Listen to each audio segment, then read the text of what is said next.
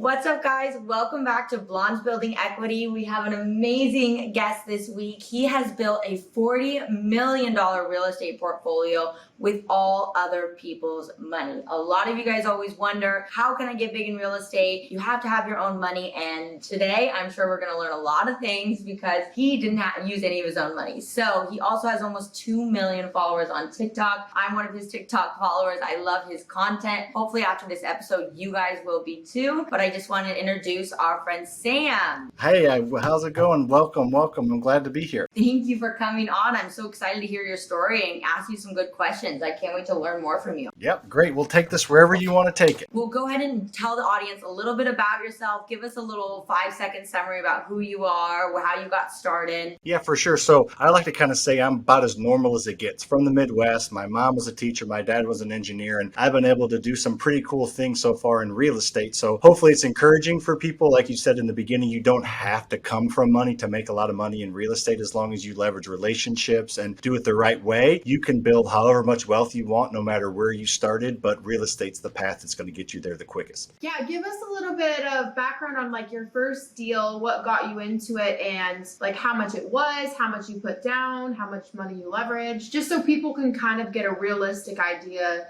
doing their first deal. Yeah, so my first deal was, I had a full-time job, was doing it on the side, and I thought you had to put 20% down on rental properties. I thought that's how you had to do it. So I bought a property using a private lender. I knew you could borrow money to buy a house, fix it up, and sell it, and that's how you pay the private lender back. So I got that part, but I didn't understand the BRRRR method and the refinance. So, I bought the house with the intention to fix it up and sell it and take whatever profit I had and put that 20% down on the next property. So I thought for every one rental property I was going to have to, buy, I was going to have to buy 2 houses to do it. But then I learned about the refinance step and the BRRRR method. And, ever since then now, I've done it 265 times since then. So kind of basically the numbers broke down to, I bought it for 75 grand. I put 25 grand into it. So I had 100 grand from a private lender that I borrowed, to buy it and fix it up. And then I got it appraised at a local bank for 125 grand. So the bank said, you own this in cash. It's worth 125. We'll give you a loan for 80% of what it's worth. Basically like what banks do when you put 20% down, when you buy a property market value. So they gave me a loan for a little over 100,000 and I paid my private lender back with that plus interest. And then I got to keep the property and I didn't use any of my own money. And I owed the bank a mortgage and owning expenses, but the rent covered all that plus a few $100 of cash flow after that. So it was a little clunky at the beginning, but over time I got a little more efficient with it. And then when the time was right, kind of hit that, 10X button and went after it. How long did you have the private money? Like when you first had the private money lender, well, 2 questions. How did you pay the interest on that? And then also, how long did you have it for, the loan? The loan was about 4 to 5 months. I'll let you guys in on a little secret. I don't really usually talk about this because, if it's a TikTok or an Instagram or a short video, there's no point even getting into this detail. But we actually fell a little short in paying our private lender back on this very first deal.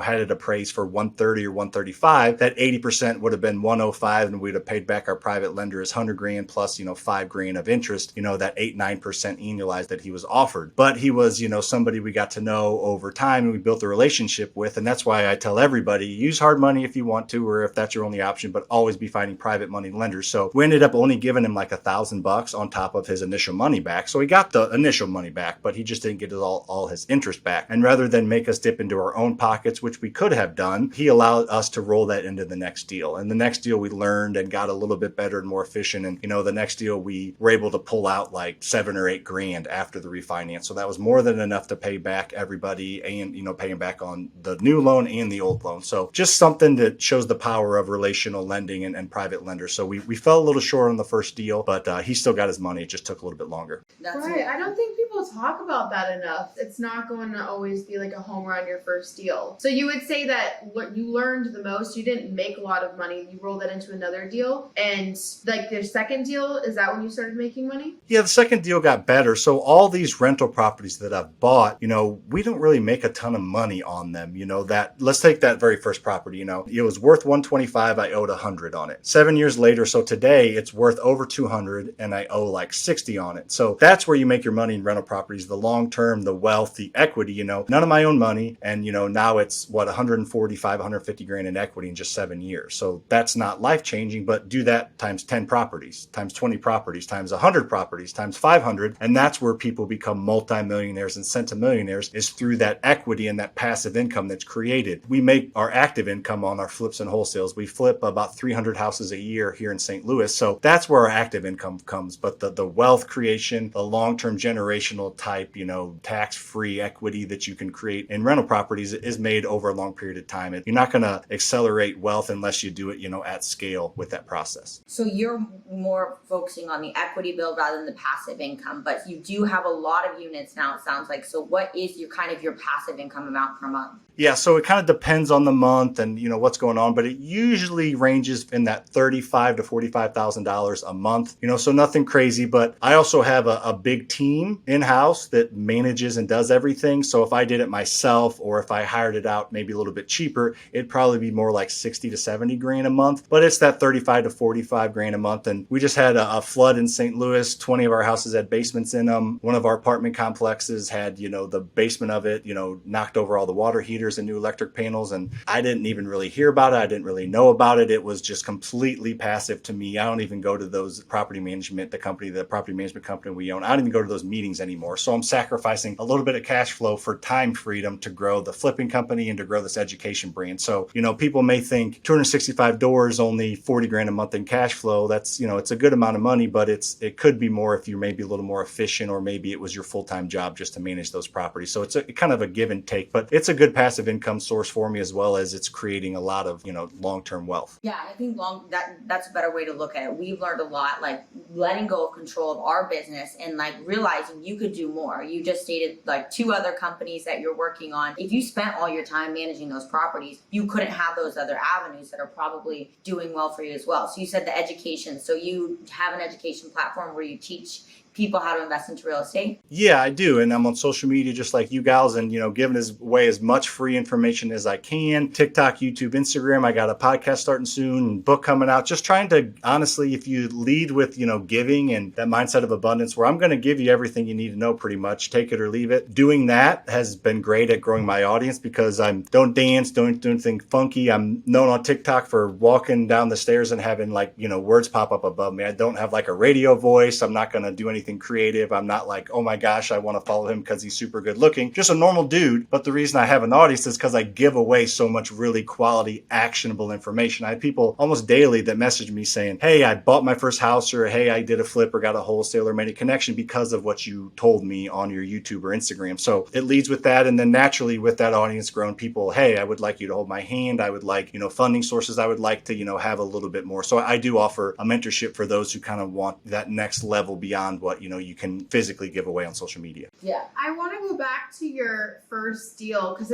I've never really heard anyone talk about like not making money on their first deal or losing a bunch of money and not being able to pay the private money lender back. So that is a thing. Like if you're not able to pay them back, did they have a lien on the property? He didn't get his interest back? I don't think he did. I think, we had a contract with him stating we would pay him back. And like I said, we had that relationship built. So he just trusted us that we would do it on the next deal. Now, if we screwed up again, then that might have got a little hairy. But, that next deal came pretty quickly, and we talked him through and communicated. It was a little bit of a conversation we had to have, but it probably happens more than you think. People just aren't willing to talk about it, because I've screwed up plenty of times. And, worst case scenario on that first deal, right? I had a full-time job, and my business partner, Lucas, did as well. Worst case scenario, we were $4 grand short. Worst case, we would have each split it and done $2 grand out of our pockets. And it would have been $2 grand for a rental property that's now got me 150 in equity. So it still would have been a really inexpensive way to acquire rental, not 20% down. It would have cost me, it's a $125,000 property. So it would have cost me 25 grand had I put 20% down on it fixed up. So it's still, even with the screw up, it's still a pretty darn good way to, get a property. Right. So you just refinanced it with a traditional loan and then lowered the interest? So what we did on that, so that specific deal, so yeah, it was worth 125, a little over. So then the bank, they wrote us a check, and it's cash out refinance. So they wrote us a check for 80% of what it was worth. So a little over 100 grand. So we gave him his 100 grand back with that check, and then that little bit of extra. And then, so he was paid back except for that extra 4 grand that we owed him based on the terms of our agreement on his investment. And what we did on the next deal was, for simple math, let's say the next deal, I don't remember exactly, it appraised for 150 and we only owed 100. So 80% of 150 is 120. So we were able to pull out 20 grand of, extra money because the bank gave us loan for 80%. And that was more than enough to pay him back, his new loan, plus pay him back that extra $4,000 and you can pocket some too. I mean, there's a guy in our office, his first year doing this, he pocketed over $200,000 just because he had so much equity in each rental that he built and he didn't use any of his own money to do it. And he built like 20 rentals. So now that it's like in your name, you paid back the investor. Could you also rent it out and then with the cash flow pay the investor back? Like, is that another way that you could pay them back instead of going to another deal? we could have. So we rented it out and that's how we paid back the bank. So the bank gave us, that $101,000 and we owed them that over 25 years at whatever at the time it was, whatever percentage. So it was, a $340 a month payment. We were collecting $1,200 a month rent. We had insurance, taxes, other expenses. But yeah, we rented it out. That's what we used to pay back the banks because we used the short-term private or hard money lending to buy it and fix it up. Then the long-term lending, you go to a bank and get, reasonable terms. So your monthly payment's low. And then you use cash flow from the tenant, rent from the tenant to pay them back. So I've kind of heard for a long time because the BRRRR method is getting really, really popular on like the social media world. And it seems like just such a brilliant strategy. But what I've heard is relationship with banks and being able to actually successfully do that refi and get into the lower loan. Did you have 2 years of a consistent income,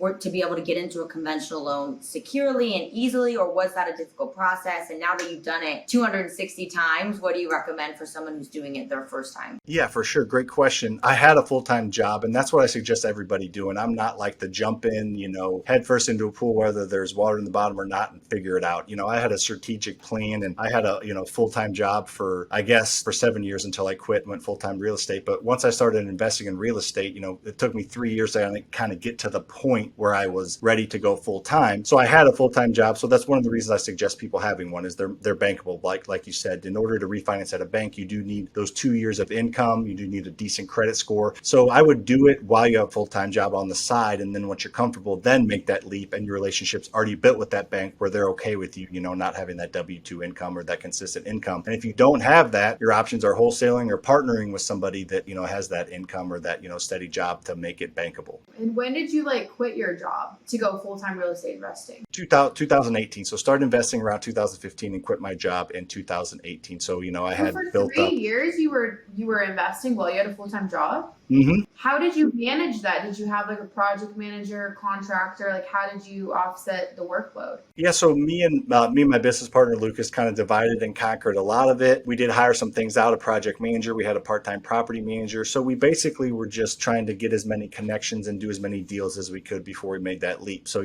we had probably 20 rentals at the time, 25 rentals maybe. We had 3 or 4 flips in the pipeline. We had, some wholesale. So we had some active income stacked up. We had some passive income to fall back on. And then, we made that leap. And that's how I think most people should do it. I mean, you can do what we did in an extra, it wasn't super fun. It was a lot of work, but an extra 10, 15 hours a week. In 3 years, we bought 25 rentals, let's say, and probably did 10 flips and maybe 5 wholesales. So we were able to do quite a bit. If you do it the right way and follow other people that are doing it, you can do a lot in an extra 5 to 10 hours a week. And we were just there a lot on evenings and weekends and just figuring it out as we went. So it's definitely a different process for everybody, but you definitely don't need to just quit and go all in. I would not suggest that for most people. Wow, very interesting. I think that's a different perspective than we've heard a lot, but it shows anybody who is listening and has a full-time job, a lot of their excuse is I have a full-time job, when will I find time? And if you guys want to set yourself up for the future and be able to quit that full-time job, make that extra time. You can wake up, if you start work at 9, we get up anyway, we do our learning, our podcasting, our walks in the morning. We wake up at 6, 7 every single day before we start work. So that time you need to set aside, you guys, and time block and be my goal is in 3 years to quit my job forever, like Sam has, and you guys can totally do that. So this is inspiring for some people who do have a full-time job, that you don't have to do this full-time. But if you were going to go back now from the beginning, now that you've had, almost 10 years of experience, what would you have done differently in the beginning? I don't know if it's a good or bad answer, but I probably would have done more. We've done a lot, but I feel like I kind of limited myself a little bit, maybe with my beliefs and what I could accomplish, and maybe didn't have enough confidence in myself to take bigger swings. Our goal was 25 million in rentals by the time we were 25 million in rentals. What did a booger fall on my nose? No, you said I I lacked confidence, and I was like, she does not lack that. She's like, I think we should do 20 flips this year. And I'm like, whoa. She gets freaked out, wants to I slow get down. freaked out, and I'm I'm all like- in. I don't slow Yeah. down. Get it, girl. Well, that's what I wish I would have done. Like, so our goal was 25 million in real estate by 2025, and we're at 40 million right now. And our goal was one house a year for 10 years at first. Like, we're setting these goals and we're crushing them. Great, yaha, pat on our back. Who cares? I want to set something that's hard to reach and a goal that's going to push me, and not, like, all right, I want to do this, and then you crush. Like, I feel like I would have set higher goals. I would have been further along. Like, now the goal is $1 billion in real estate without a dime of my own money and bring an NBA team to St. Louis. So we're not setting little goals now. So we're like, let's shoot for the moon and we'll figure it out as we go. So we're making big goals now. So I'm not going to have that problem of crushing them, I don't think. But I think that's what I would have done differently. And to quickly piggyback off your point earlier, if people prioritize this, then they can make it work no matter how many hours a week they work. The mindset of somebody saying, I'm going to work for somebody else for 40 years so that I can retire when I'm too old to probably fully enjoy it. Or let me grind my ass for 4 to 5 years. Let me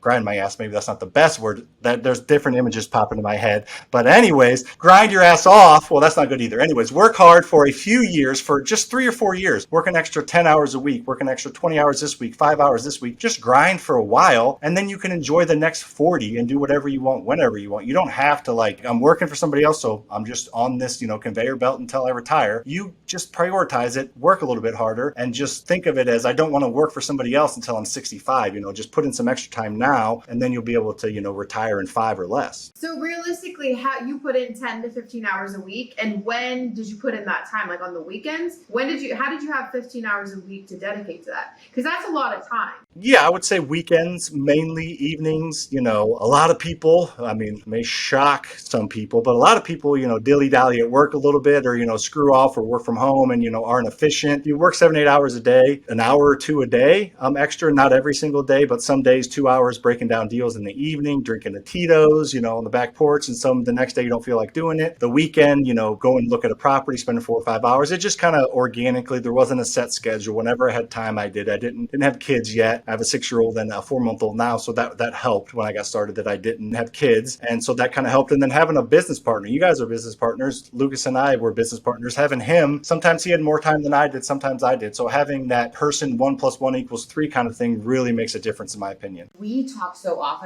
Jess has changed my life as far as jumping into this. We spent so much time. We're young, but we spent so much time wanting to do this. And then it finally took us looking at each other and holding each other accountable and being like, we're diving in, all in, we're making that commitment to each other. So I think having a business partner has really transformed our business. So how did you find your business partner? And it's been the same business partner for the last almost 10 years? Yep, it has been. And Jess, so you brought her in and now you're regretting it because she's wanting to go crazy, right? She wanted to buy 20 flips this year. No. Yeah. I'm like, oh, I'm 20. She's like, I don't know, girl. No, I was on the phone with our wholesaler earlier today, and she was like, yeah, this is the time where the people that are scared aren't going to make money, and the people that are the bravest are going to make the most money. And I just got done telling Kinsey, you need to calm down. We need to be realistic, because, she is so, extreme. I want to be a billionaire. I got to make some moves. She's like, let's do 10 properties our first year, and each of them are $1 million. I'm like, that's $10 million that we're leveraging our first year. Kind of crazy. You don't really hear of that. Because we don't use our own money either. Yeah. We use OPM. So then I was talking to this wholesaler, and she was like, you know what? The people that are the bravest are going to make the most money. And I'm looking at Kinsey oh God,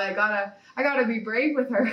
You gotta do it. Yeah, it can be scary. And I know Warren Buffett, for example, he spent over, I think, $40 billion so far this year investing in equities, not in real estate. But yeah, when people are scared, it's not a bad time to invest. And if you know what you're doing, what you guys do, and you'll figure it out, you're hard workers. Real estate gives you so many options. If you buy a property and you guys feel like you're doing too much, then you can just wholesale it and make 20 grand, on top of that. Or you can keep it as, there's just rental or flip. You have so many different things you can do, or Airbnb it if you're into it. There's so many options that you can do in real estate that you just got to go make it happen. And, we bought 20 million in real estate in the past 12 months. So, as you can see, that's half my portfolio. So we're going to just keep going and keep rocking it. We're not slowing down. We just offered on on a $18 million package yesterday. So we're going at. We don't even have the money secured for it. We'll figure it out. What are you buying? Like apartment complexes? I have 6 apartment complexes, 3 self-storage facilities, and then houses. But it's a townhouse package of 102 townhouses is what we offered on. Nice little package. Yeah, that's what she said. Anyways, all right, that was a back to the partner question. Hopefully she didn't say nice little package. Yeah, well, I wouldn't have said that's what she said. Now, come on, I'm strategic with that phrase. Come on now. Got to know when to drop it and when not to drop it. So the partner question, yeah, Lucas and I have been really good friends since middle school. So we went to middle school together, high school together. We went to college together. We lived together. We had a painting business in college that we painted on the side. We tried to be bookies for a while in college. We may or may not have dabbled in some things that I won't talk about that we tried to. So we've always been entrepreneurs on the side trying to make things happen. And we went separate ways after college. He lived in Kansas City. I lived in St. Louis. And when he came back, we're like, let's try to do something together. We thought it was just, like I said, going to be one house a year for 10 years. But, it grew into a lot more than that. And we're just getting started. But having those friends, and people say, don't go into business with your friends or family. And that's the opposite. Right outside my office, we got 35 employees and about 15 of them are friends, like friends that I've known for 20 years. And his brother-in-law works for us. And we're going all in. We're like, we're going somewhere special. Why wouldn't we want to take our closest friends and family with us? So we're going there and we're bringing them with us. And as long as you have that conversation, people before profit, put people in the right seats and be willing to, make sure they're going to work hard. It's been awesome for us. And, we've kind of gone against what most people say with going into, business with your friends and family, but it's worked out for us so far. I think going into business with friends is the best thing if they meet the requirements. You have to still look at them as if they're a random employee and understand like what are their qualifications, how hard of a worker are they, and not just give them the benefit of the doubt because you know them. But when they do pass the qualifications, your friends are the best people to have. That those are the people that you trust. Those are the people that usually aren't going to screw you over because they're kind of like liable to you. They're your friend. They're going to see you outside of work. So I think, like you say, it does actually, if they meet the requirements, that is like the purest form and the best form of partnership. So yeah, the reason that we love real estate is because we are really passionate about living our life to the fullest. We love to work, but we also want to live freely. And I heard this story once. This person worked their whole life, saved their retirement, and they retired when they're 65 and they literally died the next day. And that's so scary to think about. And so I feel that's so sad. You work your whole life and you don't know how long we have to live. And so we're really passionate about living life to the fullest. And with our job coming full circle with working with a friend, I think that really helps us. It is so fun for us every single day. It's hard. It's really hard. But I couldn't imagine not having my best friend, having our own schedules, we get out what we put in. And that's such a beautiful place to be at. And so I think some people are like, don't work with your friends, but I would hate people that I don't get along with and you have to show up every single day. Life is supposed to be fun and exciting. And you can build something beautiful with someone you really love. I think it just makes everything so much more. Half the things I do is for Jessica. I'm like, I gotta make sure we love each other and we're I gotta show up for her every day. So sweet.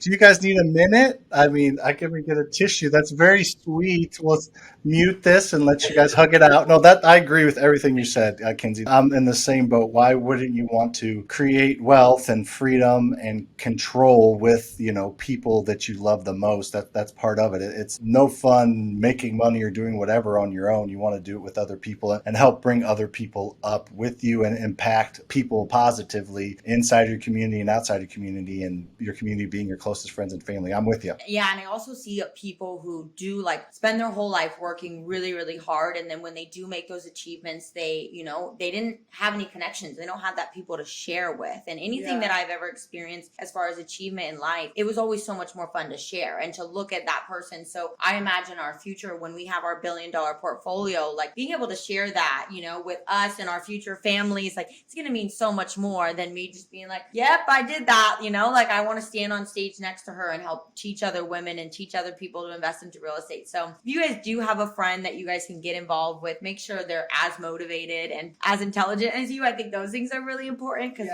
you both have to add value or can be a bit frustrating. Yeah, I've worked with other friends in the past actually.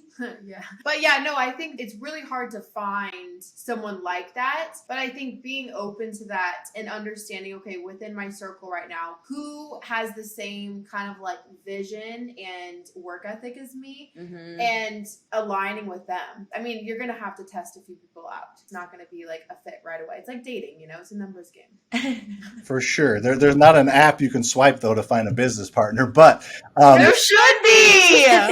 whoa, that was aggressive and timed at the same time, and that was there you We go. should make an app. I know. Oh my God. We have wanna enough make an businesses, app. but let's make an app for business partners. Seriously, can you be my business partner? What should it be called?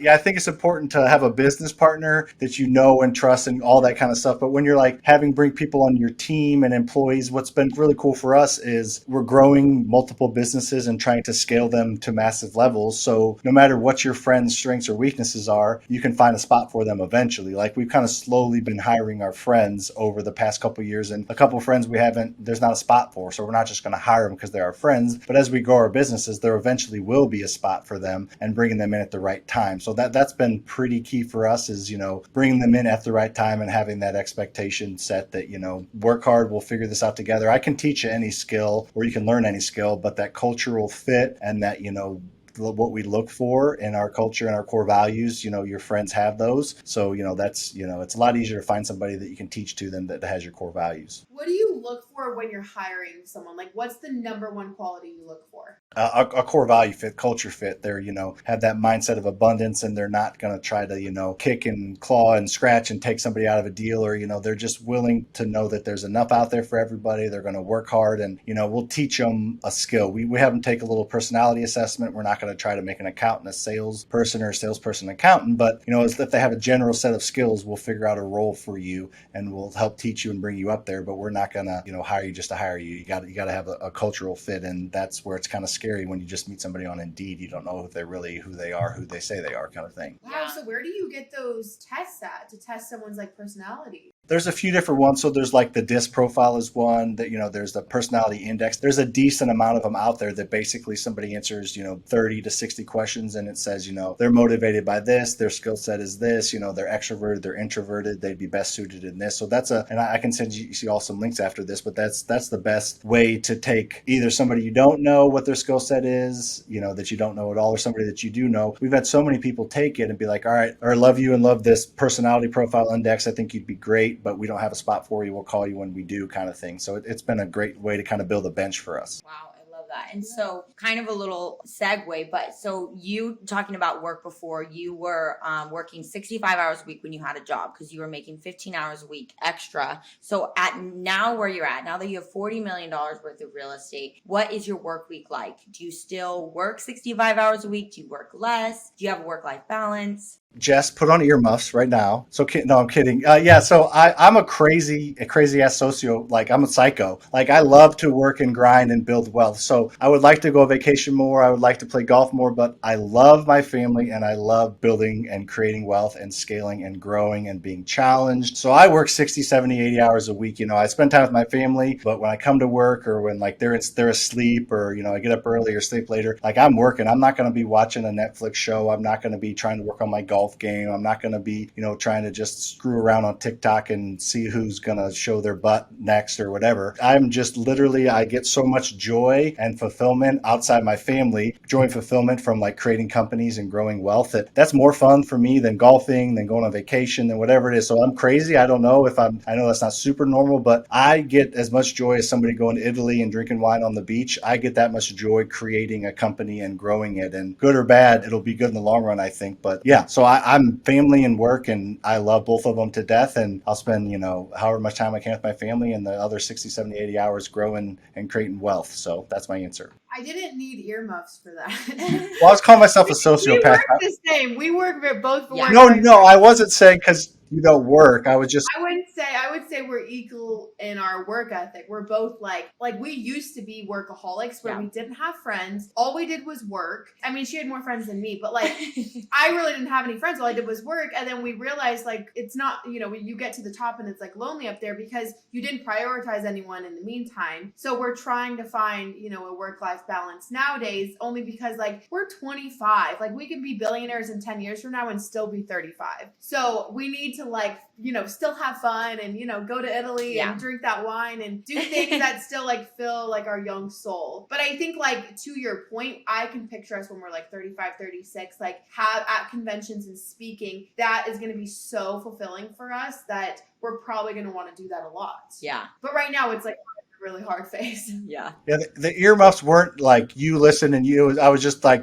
calling myself a sociopath, and I was going to say cuss word, but I didn't. So I was just doing the old school earmuffs thing. I wasn't saying you earmuffs because you don't work hard. That's not what I was saying. But First of all, I know I was like, oh shit, she's going to come through the screen and slap me. oh yeah, I'm glad we didn't do this in person now. She's like the that. feisty one, which is good. She's bad cop, I'm good cop. Yeah. Which it works so great. Whenever they try to come at me, like Kinsey's so sweet, so they think that they can like, then they talk to me and they're like, I'm sorry. I'm like, yeah, you fucking better be sorry. Like, don't fucking touch me. No, I get it. I like it. So I'm glad I was clarified the earmuffs for you.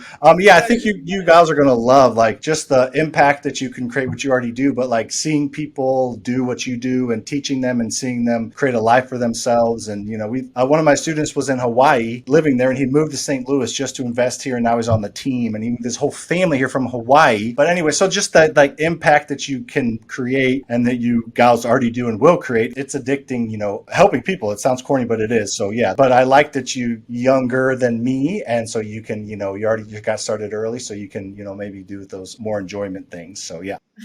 How old do you think I am? I was going to say 35. Jess, this is spicy. 34. 34, you're right. Good. All right, just checking. Hey!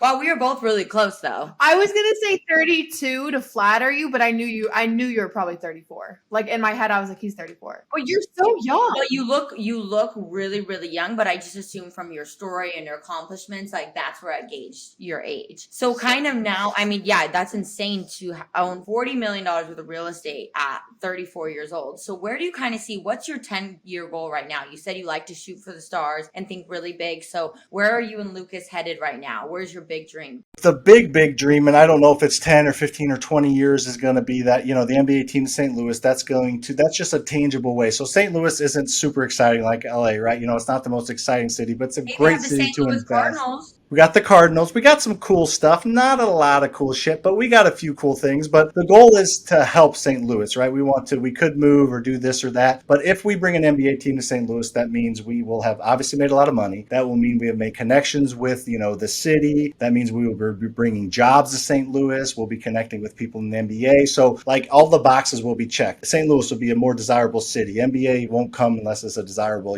up and coming place. So it's a big goal. But if we do that, that will mean we have done a lot of things before that. So that's kind of part of the reason for that goal. And then $1 billion in real estate is a longer term goal. But the shorter term goals are, we'd like to have a private jet in the next 2 or 3 years to be able to kind of fly around and do some things with. So I think we're maybe 2 or 3 years away from that with the projections of kind of our businesses that we have. And then start more businesses. We have, real estate education. We have the flipping. We have our rentals. We have some property management. We're looking to start an investment company next year where we're going to buy other companies outside of the real estate space to kind of diversify, like, whether it be, I don't know, like a lawn care company or like car washes or, whatever it may be, just buy other companies that are up and running that we can infuse cash into or our core values into in our culture, or maybe our branding that we're building. So yeah, the goal is to just expand and grow, and people become billionaires every day from nothing. Why can't it be us, right? You don't have to come from money. Most people don't. Why can't it, all these people who created billions of dollars in like 10, 20, 30 years, like how did they do it? Well, they went, pardon my French, balls deep, and they didn't stop. So that's what we're going to do. How do you get an NBA team? Like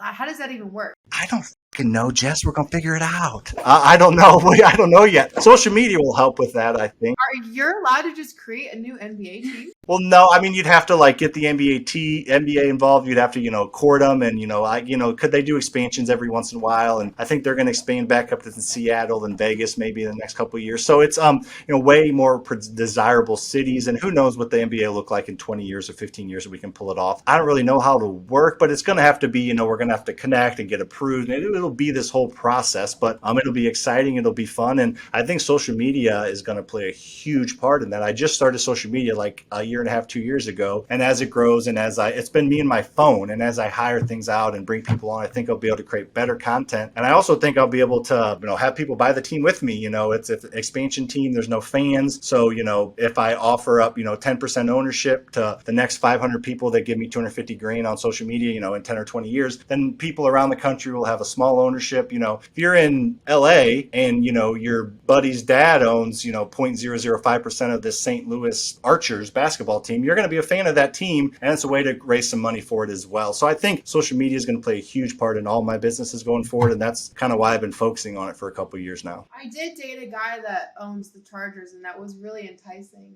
That's freaking badass. Yeah, right? Owning a sports team, that's like... And I also had a friend, they're worth a lot of money, but they got offered to buy, I think it was the Seattle something, the NBA team somewhere there, I don't know. Seahawks? And, no, that's the football team. And they got offered, it was like 100 million or 200 million to buy the team, and this was years ago, and now the team's valued at almost $2 billion.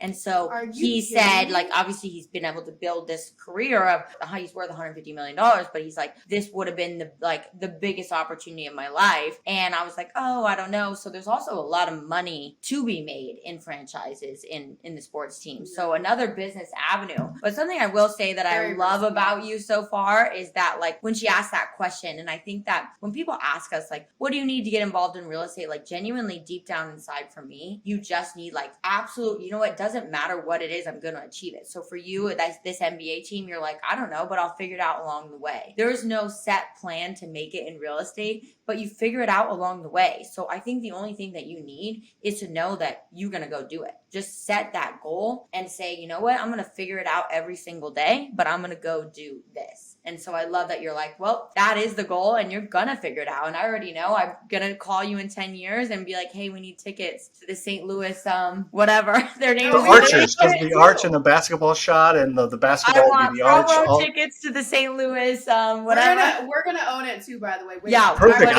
You guys can for sure own it with me. And, you can be up in the owner's box. Front court, we'll have a spot for owners on the front, on the, actual court. But, we can have the owner's box with all the fun stuff up there. So like you said, we're going to figure it out. I don't know what it looks like. I do know that way smarter people than I am are more successful, and way dumber people than I am are more successful than me. So it's not like an intelligence thing. It's a hard work thing and a determination thing. And I know I have that. You guys are going to crush it because you have that. Who knows exactly the path they're going to take? It doesn't really matter. I think most people are unsuccessful because of the expectations they set. They think I'm going to be rich in 3 months, and they're not, so they quit because they set the wrong expectation. If you have, proper expectation and, you work towards it, you're going to figure it out. So many people quit because they didn't get where they thought they were going to get in an unordinate amount of time. That's not how it works. The most successful people I know are the people that just grinded every single day, and they did not get immediate gratification, and they just kept going, and eventually they're successful. People just quit too early. So you guys aren't going to do it. I'm not going to do it. You don't have to be a rocket scientist. You just got to keep pushing forward. And that's the differentiator. It sounds simple, but in my opinion, and all the successful people I know, the number one differentiator is they didn't quit when they didn't have results. And most people quit when they don't have results. There you go. I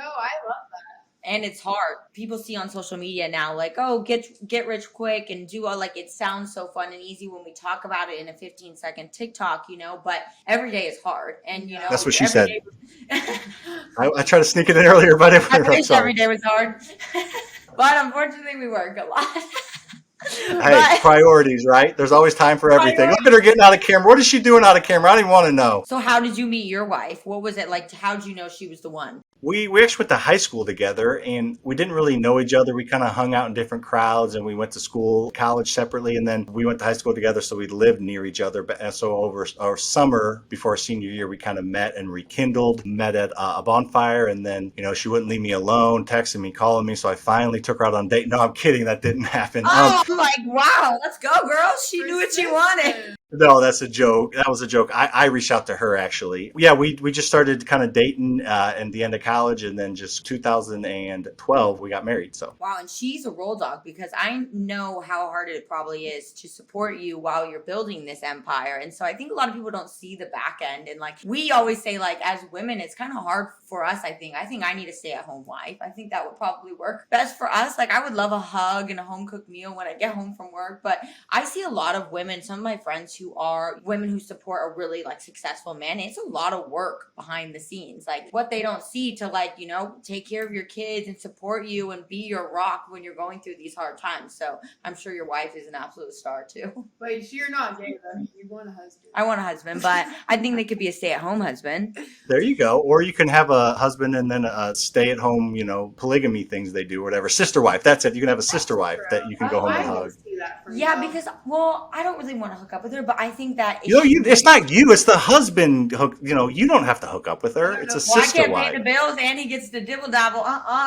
Well, she's taking care of the house. You get what you want, and you probably want to break from her every once in a while too. Anyway, it works out perfect. She doesn't want a stay-at-home husband because she does need someone that's like, imagine you're on stage, you're speaking to people, you're a ride or die, you want that guy that's like A man. yeah, he's doing more. He's like, baby, you book 10 shows. So this is the best idea ever. I need a man who's successful, driven, intelligent, because I'm a sapiosexual. I need to like run ideas off of them and bounce. I'm really attracted to intellect, but I like this idea. We just have another wife. Oh, it's called a sister wife. Look it up. Polygamy. Polygamy. Look it up. It's called a sister wife. Okay, Oh, guys, I know if you what guys that are is. listening and you are looking for a sister wife yourself and want to come on and join, Yeah, I'm also looking for applications. I think I could just we could have our assistant do these things, right? Which is cool to think like that's another thing I love about real estate is like a lot of people would hate when you say like, oh, you have somebody do those things, but it's beautiful to know that like you have unlimited earning potentials with real estate. So other than the financial freedom side, I love the idea because when I was a nurse, I thought like, wow, I can be a nurse manager. That's my biggest goal. I could make $100 grand a year instead of 70. With real estate, we both said in this conversation that we want to be billionaires, and maybe if we don't hit that, we could be worth 100 million. But there is that opportunity.